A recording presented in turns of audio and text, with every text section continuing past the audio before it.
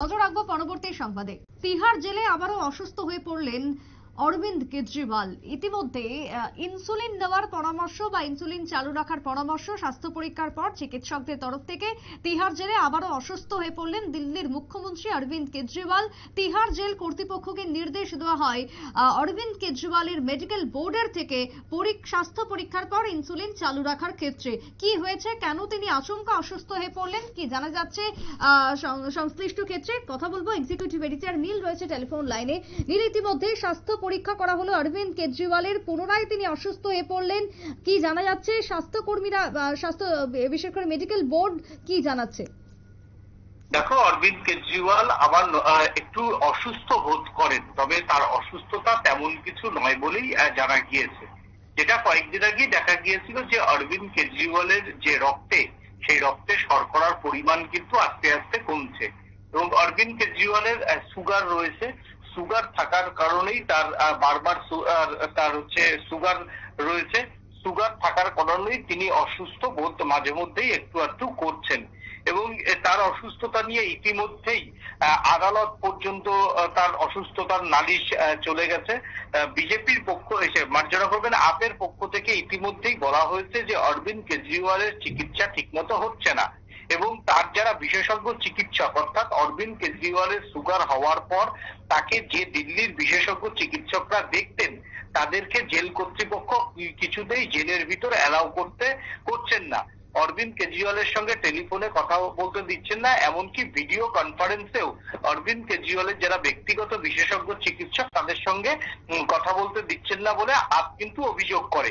তারপর সেই অভিযোগ কোর্ট পর্যন্ত গড়ায়। কোর্টের পক্ষ থেকে নির্দেশ দেওয়া হয় যে অরবিন্দ কেজরিওয়ালের যা যা সমস্যা দ্রুত সমাধান করতে হবে।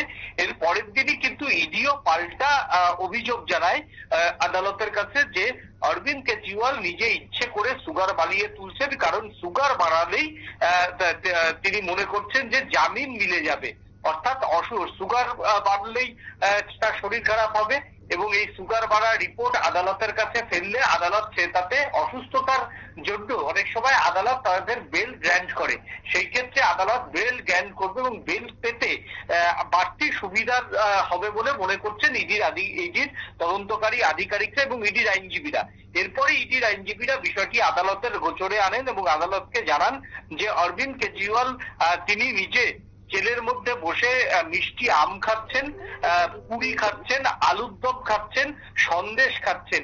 এইগুলো তার ডায়েট চার্ট যে চিকিৎসকরা করে দিয়েছে, সেই চিকিৎসকদের ডায়েট চার্ট তিনি মানছেন না। না মানার ফলেই তিনি বেশি করে এই জিনিসগুলি খাচ্ছেন এবং এই জিনিসগুলো খাওয়ার ফলে কিন্তু তার সুগার আগের থেকে একটু বেড়েছে। এই কথা পাল্টা ইডির আইনজীবীরা আদালতকে বলেছিলেন। তারপর আদালত বলেছিল যে দিল্লির যে এইমসের বিশেষজ্ঞ ডায়াবেটিস চিকিৎসক দল আছে, তাদের তত্ত্বাবধানে অরবিন্দ কেজরিওয়ালকে চিকিৎসা করতে হবে।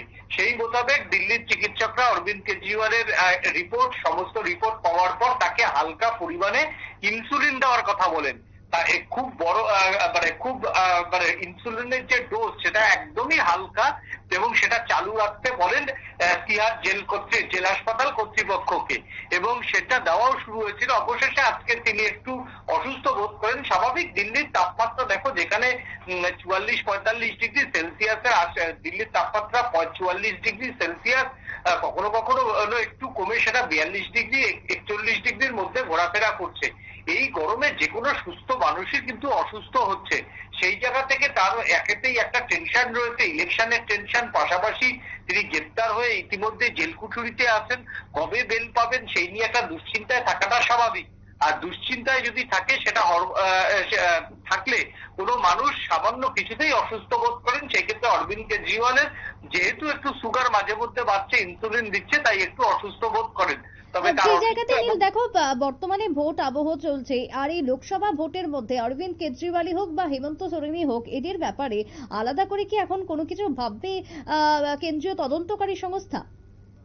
দেখো, যেহেতু কেন্দ্রীয় তদন্তকারী সংস্থার স্বীকৃতি কিছু করার নেই, তারা তো গ্রেপ্তার করে ফেলেছে, অর্থাৎ শেষ সিদ্ধান্তটা নিয়েছে। তারা কিন্তু ইতিমধ্যেই মামলাটি আদালতে চলে গিয়েছে।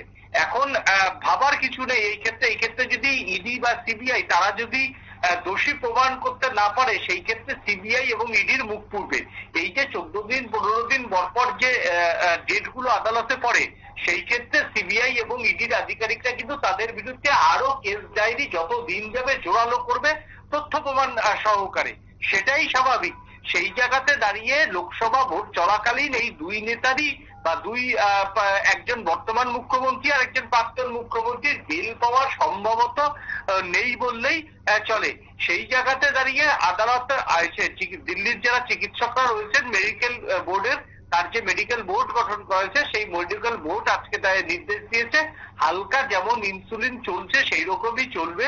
গরমের মধ্যে তাকে বেশিরভাগ বাইরে বেরোতে না করা হয়েছে, গ্লোভস লাগাতে না করা হয়েছে। সকাল 8টার পর কোনো মুহূর্তেই তার সেল থেকে জানি তিনি না বেরোয়। বিকেল 4টের পর তাকে হালকা হাঁটার পরামর্শ দেওয়া হয়েছে। বিশেষ করে রাতের দিকেও তিনি হালকা যোগব্যায়াম থেকে আরম্ভ করে তিনি হালকা হাঁটাহাঁটি করতে পারেন, ইচ্ছে করলে সেলের ভিতর হাঁটতে পারেন বলে জানিয়েছে। অর্থাৎ তার ক্যালোরি বার্ন করার জন্য চিকিৎসকরা তাকে ডেলি 2 ঘন্টা হাঁটতে মার্জনা করবেন, ডেলি 20 মিনিট হাঁটতে বলেছে, ঘাম ঝরাতে বলেছে, হালকা ইনসুলিন চলবে এবং অরবিন্দ কেজরিওয়ালের যে চিকিৎসা সেই চিকিৎসা আপাতত চালানোর জন্য মেডিকেল বোর্ডকে সমস্ত রকম নির্দেশ দিয়েছে প্রকৃতি। একেবারেই তাই। ধন্যবাদ নীল তোমায়। কথা বলছিলাম আমরা ইতিমধ্যে অরবিন্দ কেজরিওয়ালের প্রসঙ্গে, যেখানে তিনি ফের অসুস্থ হয়ে পড়েন এবং তিনি ডাক্তার দেখান। বিশেষ করে তিহার জেল যারা রয়েছেন সেখানে দায়িত্বপ্রাপ্ত মেডিকেল বোর্ড, সেখানেই তিনি দেখান এবং স্বাস্থ্য পরীক্ষার পর ইনসুলিন চালু রাখার নির্দেশ দেওয়া হয়েছে ইতিমধ্যে চিকিৎসকদের তরফ থেকে। কিন্তু তারপরেও সেই ইনসুলিনের মাত্রা বা ডোজ যাতে খুব বেশি না হয় সেই পরামর্শও কিন্তু রাখছেন চিকিৎসকরা। ছোট্ট একটা বিরতির পর ফিরবো, সঙ্গে থাকুন।